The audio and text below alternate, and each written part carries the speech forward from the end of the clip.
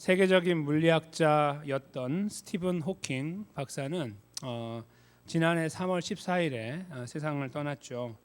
근데 그가 살아있을 때 2016년에 그 영국에 보면 캠브리지 대학에 리버 휴이라고 하는 미래지능센터라는 곳이 있어요. 이제 그 센터는 어떤 곳이냐면은 IA라고 영어로 AI라고 하는 인공지능에 그 대해서 특별히 연구를 집중적으로 하는 그러한 연구 센터예요. 근데 그것이 3년 전에 2016년 10월 19일에 오픈했는데 그때 초대를 받아서 거기에서 연설을 하게 됐어요. 스티븐 호킹 박사가. 근데 거기 연설의 핵심은 이겁니다.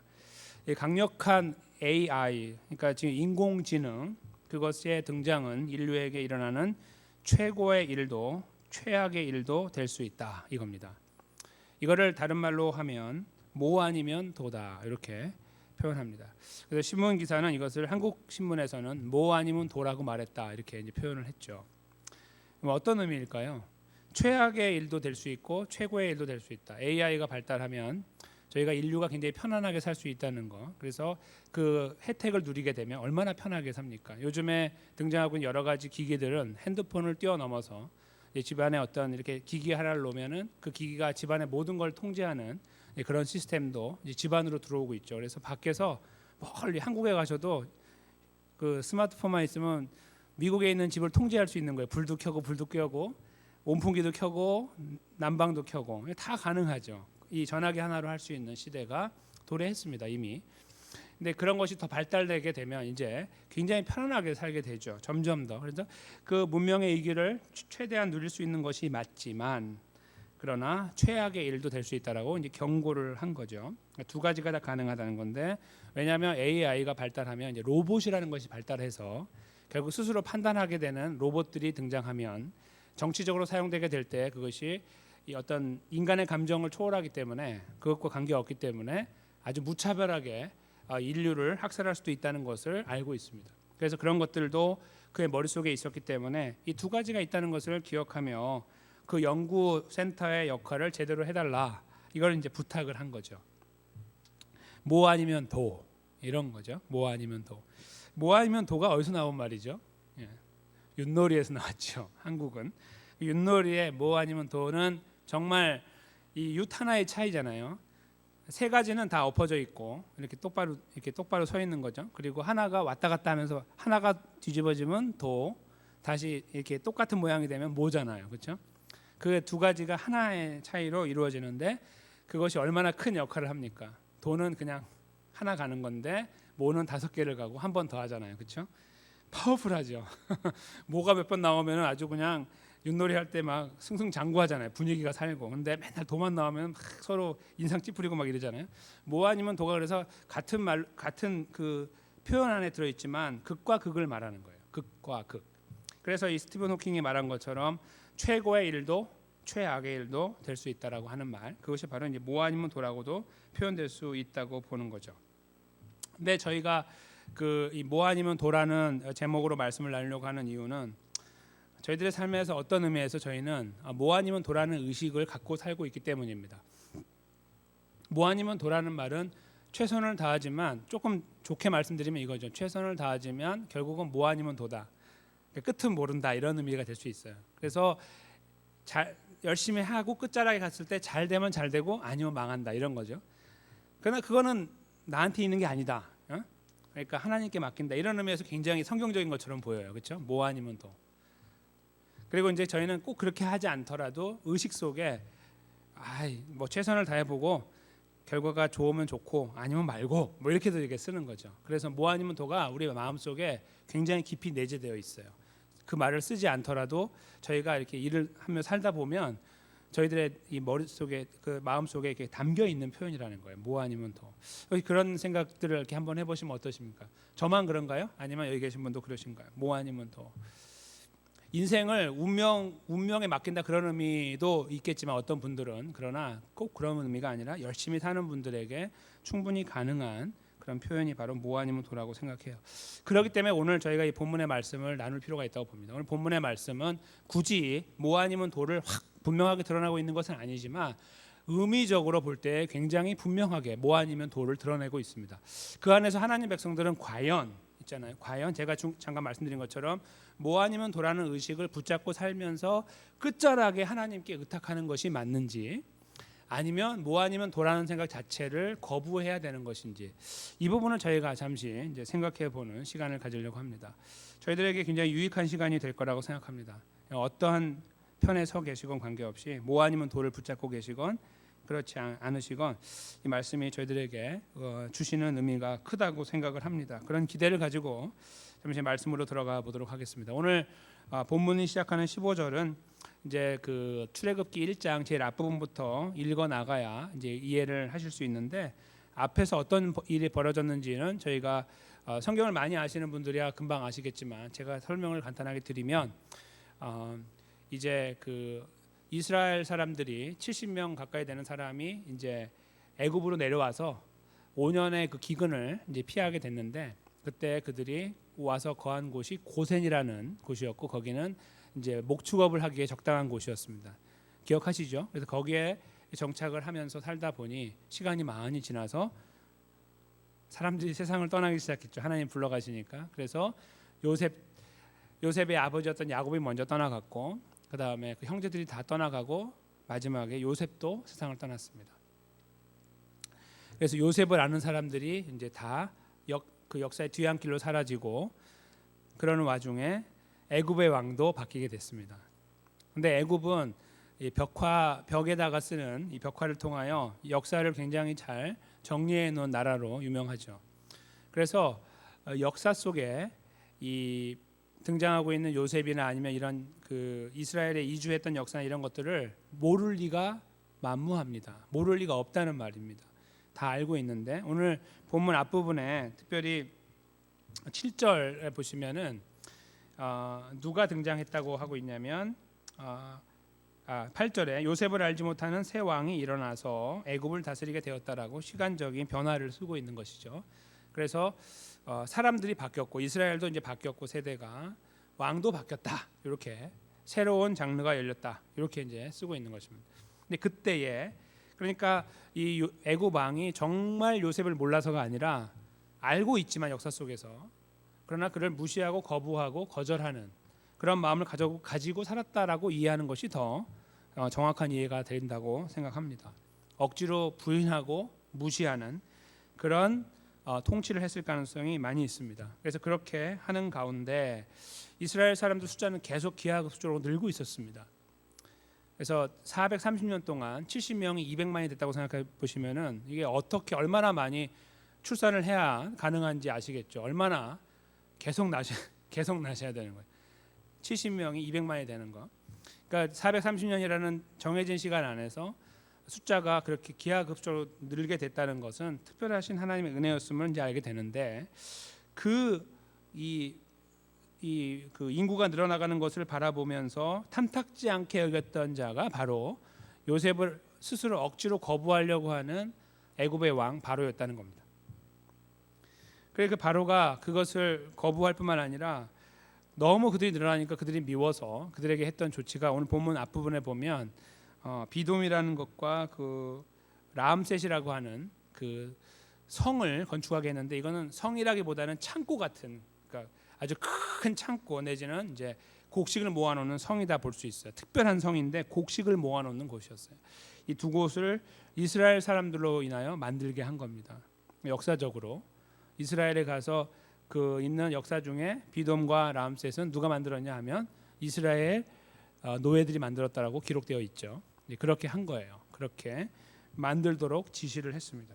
굉장히 노역이 심했다라고 오늘 본문 앞부분에 쓰고 있으니까 분위기가 굉장히 침울하죠. 인구는 늘어나고 있는데 별로 행복하지가 않아요. 깜깜하고 전부 다 노예처럼 살아야 되니까, 그러한 상황 속에 오늘 이야기가 펼쳐지는 겁니다. 그것도 모자라서 이제 이 마음이 불안한 애굽 왕이 이제 산하 제안을 하는 거죠. 오늘 본문에 히브리 산파 십부라라 하는 자와 부하라 하는 자를 불렀습니다. 그렇죠? 이 두 사람을 불렀다는 거는 이제 문자 그대로 이해하시면 안 됩니다. 그 많은 사람들을 산파 2명이 가서 계속 그 아이를 출산하는 걸 받겠습니까? 불가능합니다. 말도 안 되는 거죠. 여기 있는 두 사람은 산파의 우두머리라고 보시면 돼요. 산파장 이런 거죠. 그러니까 산부인과 장 이런 거예요. 병원으로 한다면 제일 높은 사람 두 명을 부른 거예요. 그 아래에 있는 수많은 어시스턴트가 수많이 있는데 그들에게 말을 전달하기 위한 대표 두 명을 부른 거죠. 근데 거기 보면은 히브리 산파라고 써 있어요. 히브리 산파. 그러니까 애굽 사람이 아닌 히브리 사람이다 그런 말이에요. 근데 그 히브리 산파를 세워서 이제 그들에게 일렀는데 여기 그 히브리라는 말을 제가 잠깐 좀 설명을 드리겠습니다. 이 히브리라는 말은 별로 이제 성경 저희가 이렇게 말씀을 듣을 때 해석을 하지 않는 단어인데요. 히브리라는 말은 one from beyond라고 표현돼요. 영어로. 그러니까 저쪽 편에서 건너온 사람 그런 말이에요. 건너온 사람 그런 의미가 히브리예요. 그러니까 여기에서 이 그 16절에 이제 히브리 산파에게 이제 말을 하는데 그 뭐죠? 이 바로가 히브리라는 단어 요것이 이제 중요한데요. 히브리라는 말을 여기 사용하고 있어요. 일부러 히브리 여인을 위하여 이렇게 돼 있죠. 16절에 조산이라는 거는 빨리 난다 그런 조산이 아니에요. 돕는다 조산이에요. 도울 조자 그래서 히브리 여인이 출산한 걸 돕는다 그런 말입니다. 그들이 막 이 조산할 때 가는 게 아니고 그들을 돕는 거예요. 그러니까 히브리 여인을 너희가 출산하는 걸 도와줄 때에 남자면은 죽이고 여자면 살려라 이렇게 할 때 거기에 히브리라는 단어를 쓰고 있다는 것을 주목해야 됩니다. 히브리라는 단어를 통해서 바로가 하고자 하는 말은 아주 간단한 겁니다. 너희는 다 노예다 그런 말이거나 너희는 원래 이 땅 사람이 아니다 그런 의미가 강한 거예요. 너희는 원래 이방인이다. 너희가 여기 지금 이렇게 발붙이고 살고 있는데 너네 원래 어디서 왔어? 옛날에 저기 건너서 왔잖아. 저쪽에서 강 건너서 너네 원래 여기 살 애들이 아니고 저쪽에서 살아야 되는데 여기 왔잖아. 그런 의미가 담겨 있는 거예요. 히브리라고 부를 때 마치 미국에서 코리안 아메리칸이라고 부르는 거하고 비슷한 겁니다. 예. 아니면 아프리칸 아메리칸이라고 부르는 것도 마찬가지고요. 이제 그렇게 해서 너는 원래 여기에 있는 사람이 아니고 저쪽에서 왔어. 이렇게 할 때 쓰는 거죠. 그러면 백인들한테 뭐라고 불러야 되죠? 정당하게 하면 유러피안 아메리칸이라고 불러야 되겠죠. 이렇게 부르면 되겠죠. 그렇게 안 부르죠. 그거와 비슷한 거예요. 먼저 왔다는 이유 때문에 자기 땅도 아닌데 미국도 그렇게 하고 있는 것처럼 애굽도 그렇게 한 거예요. 그래서 너희 원래 여기 사람이 아닌데 건너왔잖아. 그걸 이제 부각시키기 위해서 히브리 여인이라고 말을 쓰고 있다. 이렇게 한번 이해해 볼 수 있습니다. 그래서 인종 차별 그런 걸 하는 거예요. 인종 차별. 너네는 어차피 종으로 살 몸들이고 가서 남자는 다 죽여라. 뭐 삶의 가치도 없는 뭐 이런 어떤 의미들을 다 거기다 넣어서 이렇게 명령을 내리고 있다라고 표현할 수 있어요. 왜냐하면 바로가 지금 굉장히 기분이 많이 상하고 이 감정이 고조되어 있거든요. 아무리 줄이려고 해도 줄지 않고 아무리 일을 험하게 시켜도 계속 인구는 늘어나고 있으니까 위협이 되는 거예요. 그런 가운데서 이렇게 그 조소를 보내는 것처럼 그 이스라엘 여인이라고 안 하고 히브리 여인이라고 부르는 그의 의도를 저희가 생각해 보게 된다는 것입니다. 그래서 그렇게 큰 명령을 내렸는데 17절에 보시면은 산파들이 그 산파 두 명이고 이제 두 명으로부터 쭉 내려가는 선파들이죠. 하나님을 두려워하여 애굽 왕의 명을 어기고 남자를 살렸다. 이건 굉장한 큰 그 문제를 야기할 수 있습니다. 바로 당시에 바로가 갖고 있는 힘을 생각해 본다면 더더욱 그렇습니다. 지금 그 분위기적으로 보면 지금 당시는 아니지만 예전에 요셉 그 시대만 보더라도 전체 그 고대 근동 지역에 이제 흉년이 들었다고 가정을 한다면 이 애굽으로 가야 사는 거죠. 애굽으로 가야 살아요. 먹고 살려면 애굽 가야 돼요. 6.25 전쟁 이후에 미국으로 오는 것이 천국으로 가는 것과 같은 느낌을 받았던 것처럼 마찬가지입니다. 거기를 가야 사는 거예요. 바로 그런 느낌으로 애굽이 존재했다는 걸 생각한다면 애굽의 왕이 갖고 있는 권한도 무시하지 못합니다. 그 명령을 어겼다는 것은 죽음을 자초한다는 것이 그냥 드러나는 말이에요. 그들이 애굽 왕의 명령을 어겼다. 여기 17절 쓰고 있으면 그런 말이에요. 그 산파들이 하나님을 두려워하여 자살 행위를 했다. 그런 말이라 볼 수 있는 것입니다. 그래서 남자를 살리게 된 거예요. 18절에 보면 이제 그런 상황을 놓고 애굽 왕이 다시 그 둘을 불렀어요. 그 부하와 십브라를 불러서 What happened? 이렇게 물어보는 거죠. 너희 왜 이렇게 해가지고 남자아이를 살렸느냐 이렇게 물어봤을 때에 19절에 산파들이 대답을 하죠. 여기 잘 보세요. 산파들이 대답하는 말을 보시면 히브리 여인이라고 말하고 두 번째 뭐가 나옵니까? 애굽 여인 이렇게 나오죠. 히브리 여인과 애굽 여인을 비교하고 있어요.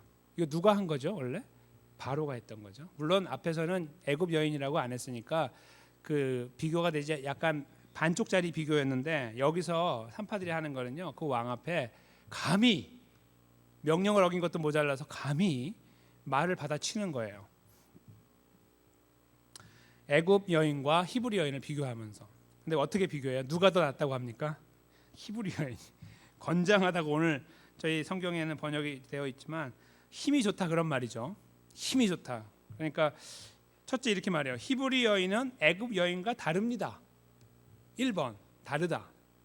그러면 더 못하냐 더 낫냐 이런 말을 해야 될 거 아니에요. 근데 하고자 하는 말은 뭐예요? 훨씬 낫다. 그래서 건장하다 힘이 좋다 이렇게 두 번째 말을 하고 그러니까 출산을 컨트롤 못하는 거예요. 누가요? 산파들이 가기 전에 도착하기 전에 출산이 끝났다는 거예요. 스스로 출산을 하는 거예요. 산파 없이. 이게 이 세 가지를 놓고 보면 이게 어떤 거냐면 그러니까 뭐 어쩔 수 없는 상황이다 그걸 말하는 거가 맞겠지만 굳이 이렇게 말을 하지 않아도 되죠. 그냥 히브리 여인 이야기만 하면 되죠. 히브리 여인들이 출산을 상당히 빨리 해서 막을 수가 없었습니다. 뭐 이렇게 말하면 되는데 굳이 비교를 하는 거예요. 당신이 그렇게 못나게 여기는 히브리 여인들이 You know what? 뚜껑을 열어보니까 어떻게 됐어요? 애굽에 있는 여인보다 훨씬 뛰어나서 건강하고 건장해서 쑥쑥 납니다. 쑥쑥 납니다. 우리가 막을 수가 없습니다. 이렇게 말을 해서 비교를 한번 하는 거죠.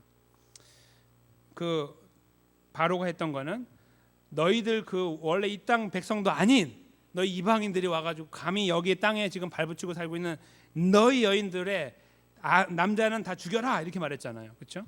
그걸 놓고 제가 가서 보니까요. 그게 아니더라고요. 이렇게 말을 하는 거예요. 그래서 이 비교를 통해서 이 문학적인 흐름 안에서 보면 이 흐름 속에서 이 둘이 비교를 하고 있는 거예요.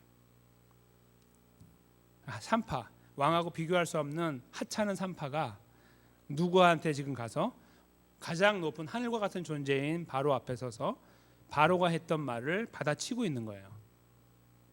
그래 당신이 그렇게 이야기하는 보잘것없는 히브리 여인이 뚜껑을 열어보니 훨씬 뛰어납디다 뭐 이렇게 하는 거죠. 있을 수 없는 일이죠. 그렇게 표현하고 있는 것이 19절의 내용이에요. 그래서 어쩔 수 없다라고 말을 하면서 넘어가는 거죠. 그래서 그 다음 절로 가면 그거에 대한 하나님의 은혜가 나오는데요. 하나님이 그 산파들에게 은혜를 베푸셨다. 또 백성은 생육이 번성하고 심히 강대하게 되었다. 두 가지의 의미로 하나님의 은혜가 주어졌다는 것이 나오는데 하나는 부하와 십브라에게 주신 은혜이고 또 하나는 백성에게 준 건데요.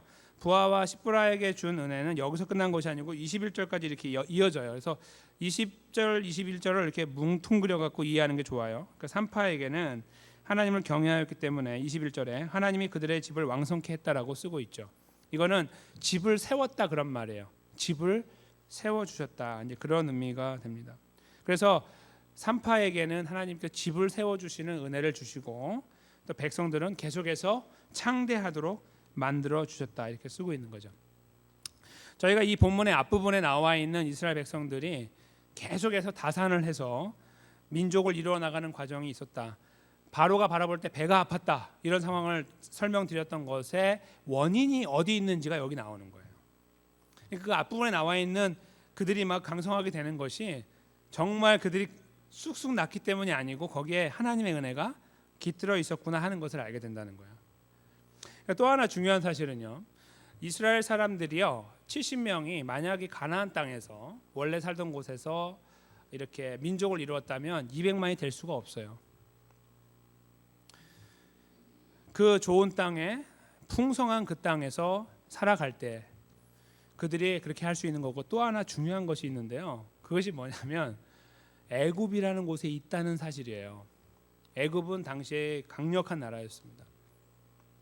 그러니까 이스라엘이요, 이 강력한 나라의 테두리 안에서 곱게 큰 거예요. 쫙 큰 번성한 거예요. 뭐 국방을 염려할 필요가 없는 거예요. 군대를 키울 필요도 없고. 왜요? 이 나라가 막아주니까. 저희 미국도 비슷하죠. 미국이 강력한 나라이니까 한국에서 이렇게 계시는 상태에서 뭐 북한의 위협 이런 거 받으실 때하고 미국에 오셔가지고 여기에서 이민하실 때, 이민 삶을 사실 때하고 완전히 다르시잖아요. 여기 뭐 미사일이 날라옵니까? 뭐가 옵니까? 아무것도 안 되잖아요. 그 위협이 아니에요. 완전히 다르죠. 그래서 미국에서 이렇게 어떤 살아가시면 훨씬 편안하게 살고 또 이렇게 뭐 가문이 뭐 번성하고 이런 건 모르겠지만 여기가 훨씬 다른 환경이죠. 근데 애굽은 더 심했어요. 미국보다 당시에는. 그러니까 애굽이 갖고 있는 힘은 지금 미국보다 더 컸다는 거죠. 그렇게 본다면 그러면 주변의 어떤 국가들도 건들지 못하는 그러한 큰 보호함 속에 누가 성장하는 거예요? 이스라엘이 성장하는. 그러니까 200만이 넘게 된 거예요. 그렇지 않았으면 이렇게 편안하게 출산하지도 못하고 항상 주변 나라들에게 걱정하며 살아야 되고 고작 70명밖에 되지 않는데 뭘 어떻게 하겠습니까? 싸움도 하지 못하는.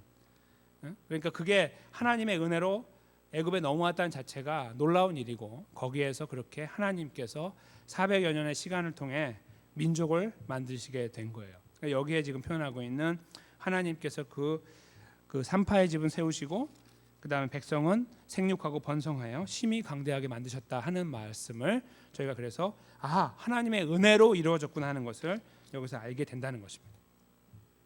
그래서 이스라엘 백성들이 그런 위협 앞에서도 하나님의 은혜로 계속 성장하게 되는데 이제 나중에 보시면 저희가 마지막 부분에서 나오는 한 말씀 때문에 그 다음에 대한 걱정이 되긴 하죠. 바로가 이제 어떻게 합니까? 남자를 낳는 거 오케이 낳아라. 이제는 어떻게 합니까? 하수에 빠뜨려 버리는 거죠. 그래서 다 익사를 시키는 거죠. 그렇게 해서 남자아이를 정리하겠다라고 명령을 내리는 또 한 번의 위기가 찾아오게 됩니다.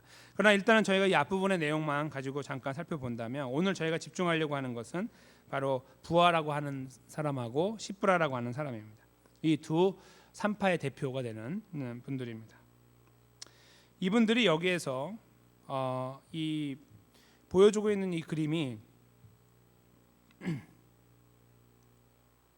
첫째로 담대함이라는 것을 저희가 찾게 되는데 아까 말씀드린 것처럼 애굽의 왕 바로 앞에서 그들이 말대꾸를 하고 있는 거, 이상한 이유를 가지고 자기들의 행동을 정당화하고 있는 거, 동시에 그 기회를 놓치지 않고 바로의 말에 어게인스트 반대하는 거, 이런 모양들을 보면 매우 담대하다는 것을 발견하게 돼요. 매우 담대하다. 저는 그 부분에서 이 부하와 시브라의 그런 모습, 특별히 그들이 그렇게 담대하게 하는 모습을 굉장히 인상적으로 가지게 돼요. 이걸 잘 기억하셔야 됩니다. 담대하다 이걸. 그 다음에 또 하나가 있어요. 이 담대함뿐만 아니라 두 번째 그 비교를 다시 한번 보시면 어떤 비교를 했잖아요. 히브리 여인과 애굽 여인을 비교했다고 하는 걸 통해서 하고자 하는 말이 뭐냐면 표현하고자 하는 것이 이스라엘의 긍지와 자부심과 자존심이에요. 이스라엘의 자신들이 갖고 있는 자부심과 긍지와 자존심이라는 거예요. 그거를 내세우고 있는 거예요. 우리는 이름만 갖고 있는 것이 아니다. 우리는 굉장히 뛰어나다. 여기에 대해 굉장히 분명하게 표현을 하고 있습니다. 담대함과 자부심과 긍지, 아니면 간단하게 담대함과 자부심, 이렇게 저희가 생각해 볼 수 있습니다. 그 다음에 세 번째로는 그들이 가지고 있는 이 목표 지향적인 그 걸음에서의 한 가지의 방향성인데 그게 바로 생명이라는 것입니다. 생명. 그들이 왕의 명령을 어기고 했던 일은 결국은 생명을 살리는 일이었습니다. 아들을 낳았을 때 살리는 일이었습니다. 생명의 문제 앞에서 그들이 타협하지 않고 생명을 지키는 쪽으로 목숨을 내걸고 그 일을 했습니다. 그렇죠? 이 세 가지의 모양을 저희가 여기에 그 시브라와 부하라는 두 대표를 통해서 보게 됩니다. 그런데 이렇게 저희가 보면서 이 그 여인들이 참 대단하다. 응? 그렇게 여인들로서 그 어려운 순간에 위협이 있고 압박이 있는 그런 상황인데도 불구하고 어떻게 이렇게 생명을 지향하면서 집중하면서 거기에 자기 목숨을 그러니까 자기의 생명을 그 생명으로 바꾸려고 하는 이런 일을 했을까? 이렇게 생각해 볼 수 있겠죠. 그래서 그런 면에서 참 이분들에게 저희가 보면서 참 대단하다, 존경스럽다 이렇게 표현할 수 있는데 사실 오늘 본문에 이분들이 왜 그렇게 됐는지에 대한 이유가 분명하게 적혀 있습니다. 그것은 21절에 나와 있는 하나님을 경외한다는 표현하고요. 그 다음에 17절에 나와 있는 하나님을 두려워했다는 표현에 나옵니다. 하나님을 같은 말이에요. 둘 다 같은 말이에요. 그냥 두려워한다 그런 거예요. 하나님을 두려워했기 때문이다. 하나님을 두려워한다 그런 말인데 하나님을 두려워하니까 하나님이 나를 보고 있으니까 두려움에 떨면서 바로의 명령을 어기고 이렇게 했다. 이제 그런 의미로 저희가 이해할 수 있는데 두렵다는 말이 갖고 있는 의미는 사실은 두려워 떤다라는 의미도 있지만 더 그 이면에 보면은 어떤 의미냐면 하나님을 인정한다는 의미가 더 큽니다. 하나님을 두려워하십시오라는 말을 그냥 두려워한다는 말 문자 그대로만 이해하면 하나님의 풍성하심을 저희가 제한하게 돼요. 하나님의 성품을 제한한다는 거예요. 아주 무서운 존재, 막 방망이 하나 들고서 안 되면 막 후려치는 이런 분으로만 이해한다는 거죠.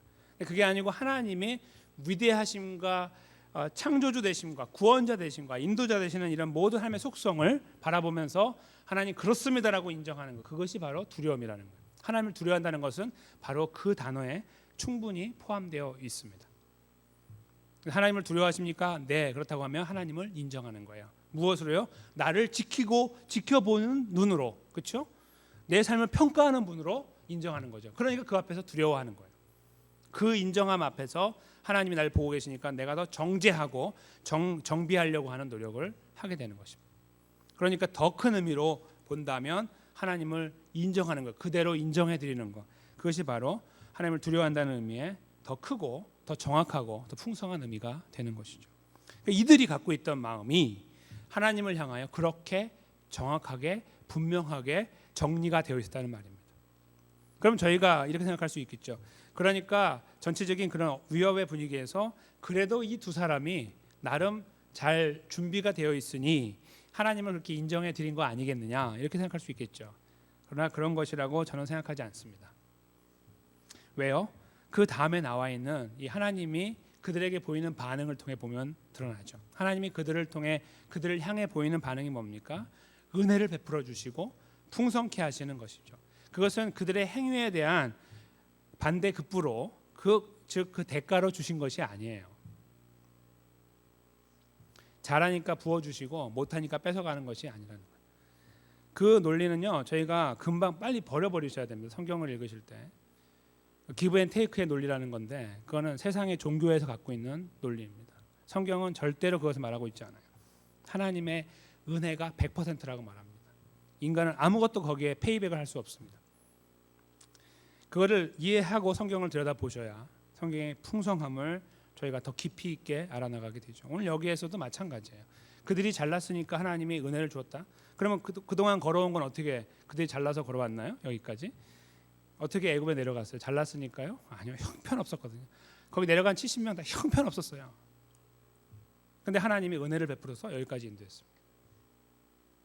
하나님의 은혜가 그들을 여기까지 이끌어온 거예요. 오늘 여기에 일어난 일도 그들이 준비가 돼서요? 아니에요. 하나님이 하나님을 인식할 수 있는 능력을 주신 거예요. 하나님을 하나님으로 인정하고 고백하고 순종하는 마음을 그들에게 넣어주시니 그들이 그 마음으로 그 은혜로 하나님을 바라보고 이 죽음의 순간을 지나가는 이 담대함을 얻게 된 겁니다.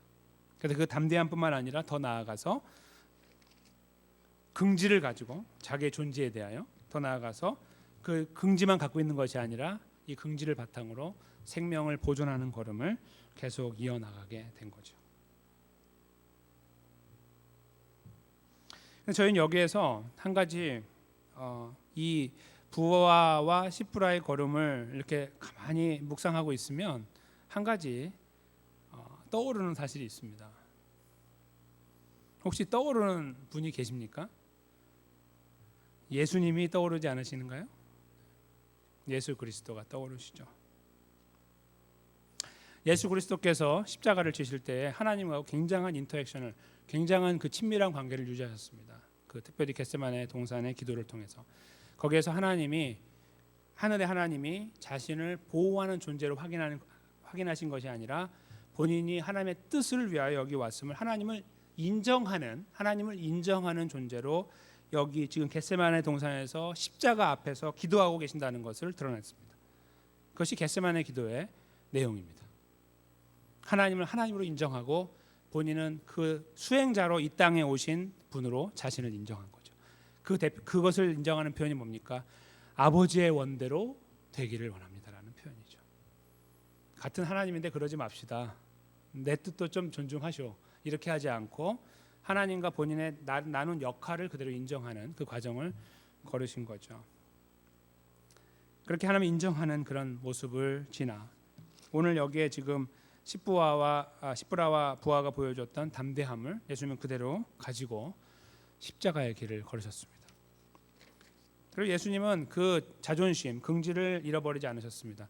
나는 하나님이야. 그것이 아니라 하나님 백성을 구원하기 위한 구원자의 자리입니다. 그것을 절대로 잃어버리지 않으시고 이 생명의 위협을 끝까지 감내하시며 묵묵히 십자가의 길을 걸어가셨습니다. 그리고 그 끝자락에 나타난 열매가 무엇이었습니까? 바로 생명이었습니다. 어떻게 하셨습니까? 자기의 생명을 우리의 생명과 바꾸어 주셨습니다. 하나님 백성의 생명과 본인의 생명을 바꾸어 주셨죠. 오늘 이 부하와 십부라가 보여주는 이 걸음은 결국은 먼 훗날 이루어질 예수 그리스도의 걸음을 보여주고 있는 것입니다. 그것은 그들이 뛰어나기 때문에 보여주는 것이 아니라 하나님의 은혜가 함께할 때 가능한 생명의 걸음, 그것을 보여주고 있다는 것입니다. 모 아니면 도라는 인생의 어떤 그런 내용을 저희가 가지고 살아간다고 할 때 저희는 아까 제가 서두에 말씀드린 것처럼 그리스도인조차도 뭐 아니면 도라는 생각을 가지고 살 때가 많아요. 묵묵히 조용하게 가지고 가거나 아니면 조금 멋있게 하려면은 최선을 다하고 마지막에 뭐 아니면 도다 이렇게 하는 거예요. 하나님이 하시는 거니까. 오늘 여기 드러나고 있는 부하와 십부라는 뭐 아니면 도라는 인생을 아예 버려버린 사람들이에요. 이렇게 하면 잘 될까? 끝자락에 가면 어떻게 될까? 이런 걱정하지 않은 거예요. 그들의 관심은요 생명에 있었습니다. 하나님 백성들이 간직해야 되는 것이 바로 생명이에요. 왜요? 오늘 본문에서 보여준 이 걸음을 완성하신 예수님이 바로 생명을 보여주셨기 때문입니다. 왜 담대하셨으며 왜 긍지를 갖고 계셨습니까? 본인을 높이기 위해서요? 아니에요. 하나님 백성을 구원하는 자리에 세우기 위해서입니다. 예수님의 그 땅에서의 걸음에 오로지 한 가지 목표는 십자가와 부활을 통하여 하나님 백성에게 생명을 부여하는 것이었습니다. 예수님은 그 걸음을 묵묵히 그러나 완전하게 완성을 해 주셨죠. 그렇게 생명의 은혜를 입은 하나님 백성들이 걸어가야 되는 걸음의 방향은 오늘 본문에 보여주고 있는 부하와 십부라의 걸음이라고 말해도 과언이 아닙니다. 우리 삶의 여정에서요 뭔가를 열심히 하고 마지막에 뭐 아니면 도를 찾거나 아니면 모든 걸음 속에서 뭐 아니면 도가 항상 머릿속에 맴돌고 있으면서 살아가는 그런 걸음이 아니라 우리 걸음이 어찌하든지 관계없이요 항상 뭐가 아니고 항상 도에 머물러 있어서 천천히 가는 것처럼 거북이 걷는 것처럼 보이고 다른 친구들은 막 앞서가는 것처럼 보이고 탁 나보다 뛰어난 것처럼 보이고 대단해 보이고 좋아 보이는데 나는 저 뒤에 처져 있는 것처럼 보이고 이런 것들 때문에 나도 하나님께서 나를 붙잡아 주셔가지고 은혜를 주셔가지고 내가 한번 점프를 해야 되는데 이렇게 생각하고 가는 것이 아니라 혹 그런 자리에 있는 것 자체가 우리 삶의 모든 것이라 할지라도 우리들의 관심은 항상 생명에 머물러 있는 것, 그것이 중요하다는 것입니다. 담대함을 가지고 자부심을 가지고 생명을 향해 걷는 바로 그 걸음을 걷는 것, 그것이 뭐 아니면 도가 아니야 하나님 백성이 걷는 하나님 백성만 걸을 수 있는 길이라는 사실입니다. 어떤 의미에서 담대함일까요? 세상은 저희들에게 뭐 아니면 도를 계속 유혹하거든요. 그래서 뭐를 갖도록 추구하도록 자꾸 유혹합니다. 그래도 대박 한번 나야지. 뭐 어떤 영화의 제목 인생은 한 방인데 막 그런 말 있잖아요. 특별히 젊은 분들이야 이런 거 더 필요하죠 지금. 내가 아직 젊은데 이런 거. 하나님 백성인데 그래요. 하나님 백성인데. 심지어 좀 제가 세게 말씀드린 목사도 마찬가지입니다. 하나님 나에게 은혜를 주십시오. 우리 교회가 메가처치가 되게 해주십시오. 내가 이 교회에 좀 있다가 점프해가지고 저기 큰 교회 가게 해주십시오. 이런 거 기도한다고요. 우습지 않으세요? 콧웃음이 나오시죠? 막 그게 우리 삶의 현 주소일 수 있습니다. 근데 하나님 말씀은 톡톡톡 치면서 이복에 이렇게 치고 있는 거예요. 그런 유혹 앞에서 우리 자존심까지 다 던져버리고, 자존심이 무엇일까요? 우리가 가지고 있는 것, 지금까지 이룬 것이 아니라 우리의 자존심이 뭘까요? 하나님의 관점에서 본다면 하나님 백성이 우리들의 자존심이죠. 하나님 백성, 우리가 얻은 것이 아니라 하나님이 허락하여 주신, 은혜로 주신 바로 그것이 우리의 자존심이에요. 담대하게 그걸 지키는 거죠. 내 자존심. 히브리는 뭐라고요? 히브리 산파가 훨씬 뛰어나던데요. 그리스도인이 뭐라고요? 우리가 아무것도 아니라고요? 그렇지 않아요. 우리는 영혼을 갖고 있는 자, 영원한 생명을 갖고 있는 자인데요 라고 말할 수 있는 거죠. 그 담대함과 그 긍지와 자부심, 자존감이 우리 안에 살아있을 때, 거기에서 우리는 뭐 아니면 도 때문에 흔들리는 그런 이게 막 불안한 게 아니라, 거기에서 우리는 바로 우리를 그렇게 세워주신 주님을 기억하며 주님이 걸어가신 걸음을 함께 걸으려고 하는 그런 의지와 열정을 갖게 되는 것입니다. 그것은 우리 안에 이미 가지고 있는 영원한 생명을 우리 안에만 품고 있는 것이 아니라 삶에 나타내고 드러내는 삶으로 보여질 것입니다. 전도라는 걸 통해 나타날 수 있겠지만, 저는 전도는 굉장히 국한되는 문제라고 생각합니다. 한때 하는 어떤 그런 모양이 될 수 있죠. 전도 한번 합시다 우리, 이런 거. 진짜 파워풀한 전도가 뭘까요? 삶으로 살아내는 것이죠. 저 사람은 왜 이렇게 바보같이 사는지 모르겠다. 알만한 사람인데 맨날 손해보고 다 당하더라, 그런 거죠. 제가 말씀드리는 거는 맨날 당하시라 그런 말씀이 아닙니다. 우리 걸 지키고 있는데도, 건재하고 있는데도 양보하는 겁니다. 주님이 나를 참아주신 것처럼 참는 것이고 용서하고 하는 것이죠. 그것이 바로 여기에 드러나는 진정한 생명을 가지고 누리고 나타내는 걸음이라고 저는 분명하게 믿습니다. 예수님 믿으세요라는 전도보다 그것이 훨씬 어렵습니다. 그것을 저희가 이 말씀의 끝자락에서 헤아리는 시간이 필요하다고 봅니다. 왜요? 예수님께서 그렇게 걸어가셨기 때문이고, 그렇게 하여 우리를 그 자부심과 긍지를 갖고 있는 영원한 생명의 자리에 세워주셨기 때문이죠. 그래서 이러한 걸음을 걸었던 초대교회 성도들을 향해서 하나님께서 히브리서 10장 39절에 이렇게 말씀하십니다. 우리 그리스도인의 정체성이 이거라는 거예요. 우리는 뒤로 물러가 침륜에 빠질 자가 아니요, 오직 영혼을 구원함에 이르는 믿음을 가진 자니라. 아멘. 이겁니다. 우리는 다르다는 것이죠. 대단해서가 아니고요, 근본이 다른 거예요. 세상에서 어떻게 사는 것은 중요하지 않아요. 잘되고 잘못되고 부유하고 가난하고가 중요한 게 아니라는 거예요. 높은 위치 낮은 위치도 중요한 게 아니에요. 정말 신실하게 사시는 분들 중에 어렵게 사시는 분들이 얼마나 많습니까? 그런 분들 많이 알고 계시죠? 주변에 보시면 신실한데 일이 안 풀려요. 자꾸 쇠락해요.